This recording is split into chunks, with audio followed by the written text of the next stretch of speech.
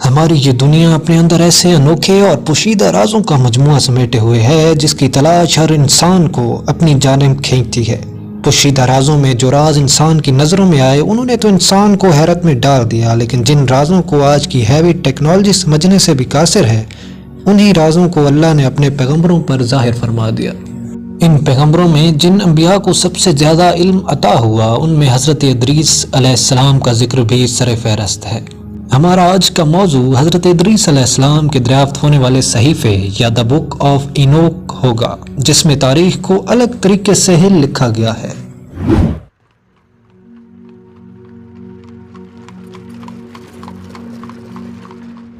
فلسطین کے علاقے غرب اردن میں 1946 میں چرواہوں کا ایک گروہ بکری چروانے میں مصروف تھے۔ غرب کے ان چرواہوں نے بکری چرانے کے لیے جو جگہ مختص کی تھی وہ قمران تہذیب کا علاقہ تھا، جس میں لمبی اور خوفناک غاروں کا جال بچھا ہوا تھا۔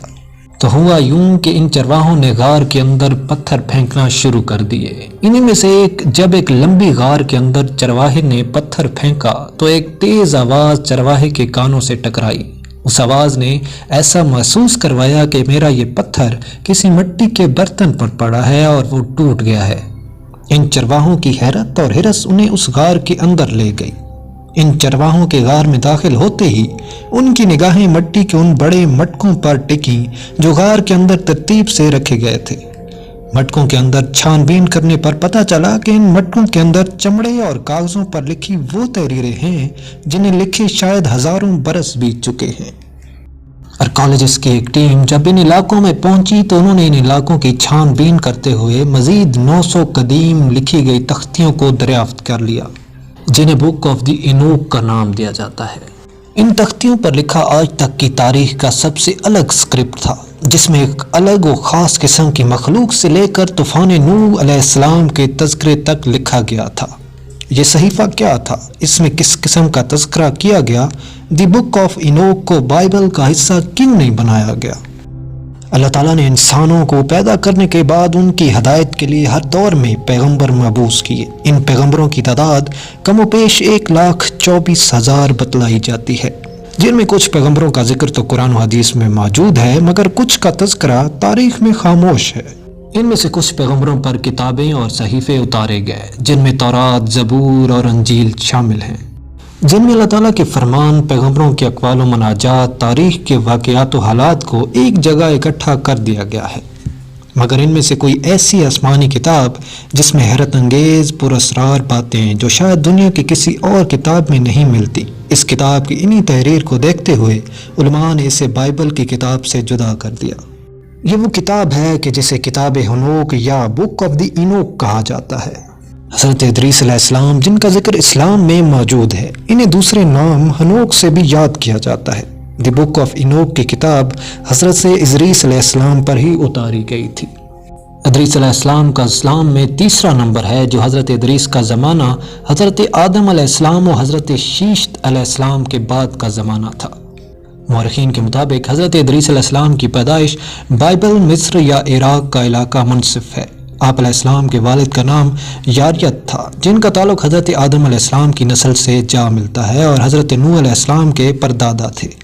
ہزاروں سال پرانی ملنے والی تختیوں نے ہنوک کو ایک عظیم بادشاہ کے نام سے کندہ کیا، اور انہی بادشاہ نے سب سے پہلے لکھنے پڑھنے کا طریقہ ایجاد کیا تھا۔ یہ کتاب کہتی ہے کہ خدا نے ویچر یعنی فالن اینجلز کو زمین پر گرایا تھا، جسے ہزاروں سال بیت گئے۔ اس کے اترنے کا مقام کوہ ہرمن کا پہاڑ تھا، اور اس کی فوج میں 199 سپاہی شامل تھے۔ یہ گروہ اس مشن کے ساتھ زمین پر اترا کہ ہم انسانوں کی بیٹیوں کے ساتھ زمین پر جنسی تعلقات قائم کریں۔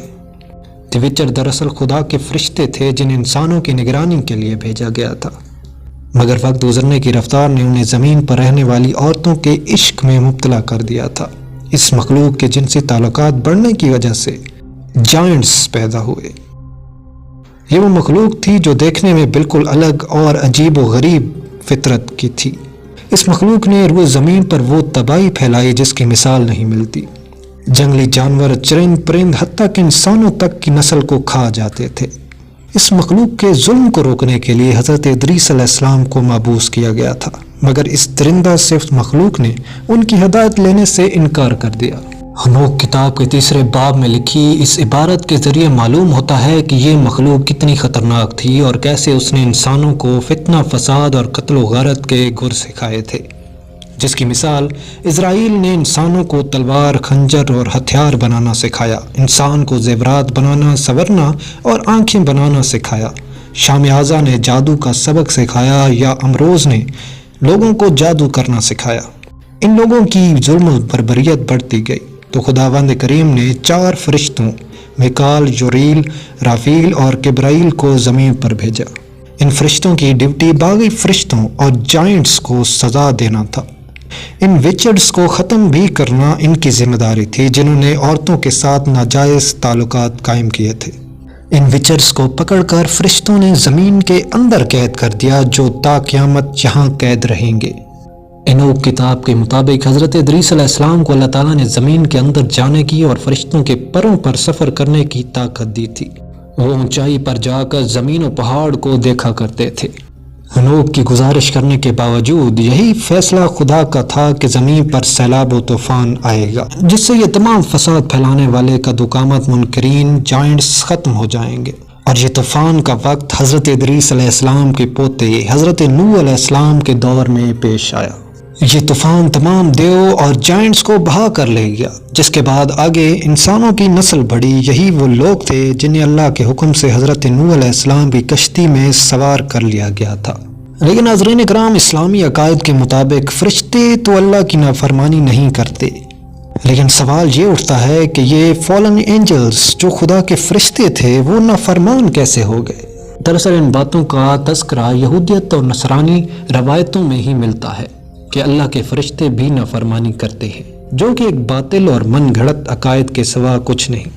لیکن ایک گمان یہ بھی کیا جاتا ہے کہ یہ فالن اینجلز کوئی فرشتے نہیں بلکہ جنات ہی کی ایک قسم تھی، جنہیں نافرمانیوں کی سزا زمین پر گرا کر دی گئی تھی اور اہل کتاب نے انہیں فرشتہ بنا کر پیش کر دیا۔ ان حقائق میں دوسرا نظریہ ہمیں اس جانب لے کر جاتا ہے کہ ویچرز کوئی آسمانی مخلوق تھی جن کا ذکر ان سنہری تختیوں میں بھی کیا گیا تھا۔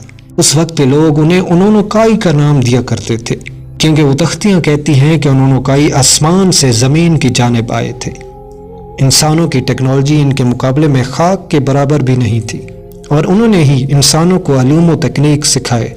زمین پر فساد پھیلانے کی صورت میں انہیں ہلاک کر دیا گیا۔ امکان یہ ہے کہ یہ ویچرز کسی دوسرے سیارے سے زمین کی جانب آئے ہوں، جن کی جانب حضرت ادریس علیہ السلام کو بھیجا گیا، لیکن انہوں نے زمین کے اصولوں اور فرمانوں کی خلاف ورزی کی، جس کی وجہ سے زمین کے اندر ہی قید کر لیے گئے اور ان کی اولاد و نسل کو طوفان نوح کے ذریعے مٹا دیا گیا۔